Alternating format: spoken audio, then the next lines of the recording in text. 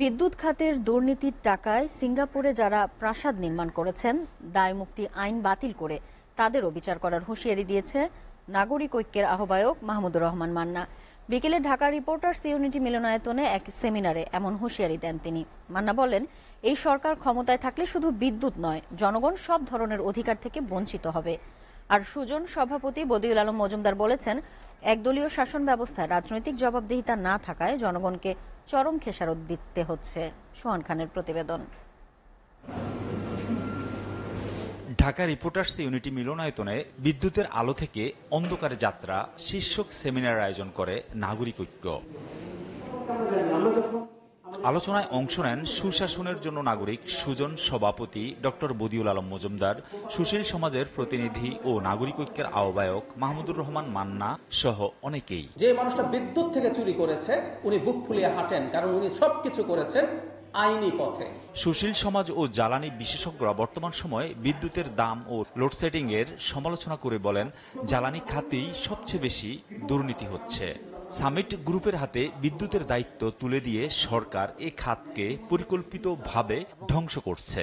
সবচেয়ে মজা হলে ইন্ডেমনিটির পরে তারপর তার ক্ষমতা সংহতকরণের ফলে, রাজনৈতিক বিরোধিতা না থাকার ফলে এবং যে সুশীল সমাজ বলতে আগে যেটা ছিল তাদের অনুপস্থিতির ফলে সে একচেটিয়া লুটতরাজের একটা রাজত্ব কায়েম করলো। আমি এখনো জোর করে বলতে পারি যে আমরা বর্তমান যে বিদ্যুৎ উৎপাদন হচ্ছে সেই বিদ্যুৎ উৎপাদনে আমরা 3.5 থেকে 4 টাকা রেটে নিয়ে আসতে পারি, যেটা ডোমেস্টিকে আমরা 12 টাকা দিচ্ছি, শিল্পে আরো বেশি দেওয়া হচ্ছে। ন্যায্য মূল্যে বিদ্যুৎ পাওয়ার আন্দোলন, স্বাস্থ্যসেবা পাওয়ার আন্দোলন, শিক্ষার অধিকারের আন্দোলন, এই সমস্ত আন্দোলনকে এক রেখায় মিলাতে হবে। আমার মনে হয় সময় এসেছে। কল্যাণ রাষ্ট্র প্রতিষ্ঠার জন্য আমরা আন্দোলন করে যাব, দুর্নীতিবাজদের আমরা প্রতিহত করব। সুশাসনের জন্য নাগরিক সুজন সভাপতি ডক্টর বদিউল আলম মজুমদার বলেন, বিদ্যুৎ খাতে দায় মুক্তি দেয়ায় লুটপাট চলছে।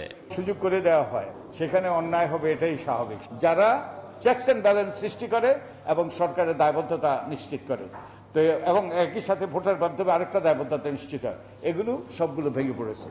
এবং একই সাথে ভেঙে পড়েছে আমাদের যে প্রতিষ্ঠানগুলো আছে, দুর্নীতি দমন কমিশন এবং অন্যান্য প্রতিষ্ঠান, সাংবিধানিক প্রতিষ্ঠান এবং বিধিবদ্ধ প্রতিষ্ঠান, এগুলো চরম দলীয়করণের কারণে অকার্যকর হয়ে পড়েছে। তাই আমরা নাগরিকরা অসহায়। আর নাগরিক ঐক্যের আহ্বায়ক মাহমুদুর রহমান মান্না বলেন, ইন্ডেমনিটি আইনকে পুঁজি করে বিদ্যুৎ খাতে যারা লুটপাট করছে তাদেরও একদিন বিচার হবে।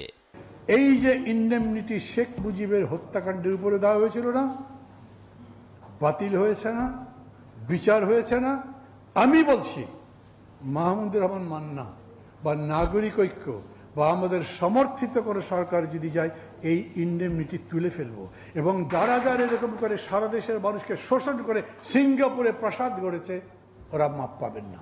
এ সরকার ক্ষমতায় থাকলে জনগণ তাদের ন্যায্য অধিকার থেকে বঞ্চিত হবে বলেও মন্তব্য করেন মাহমুদুর রহমান মান্না। এই সরকার যদি থাকে তাহলে ব্যাংকগুলো বাঁচবে না। এই সরকার যদি থাকে জিনিসপত্রের দাম কমবে না। এই সরকার যদি থাকে বিদ্যুতের কোনো ব্যবস্থা হবে না। সোহান খান, এসএটিভি, ঢাকা।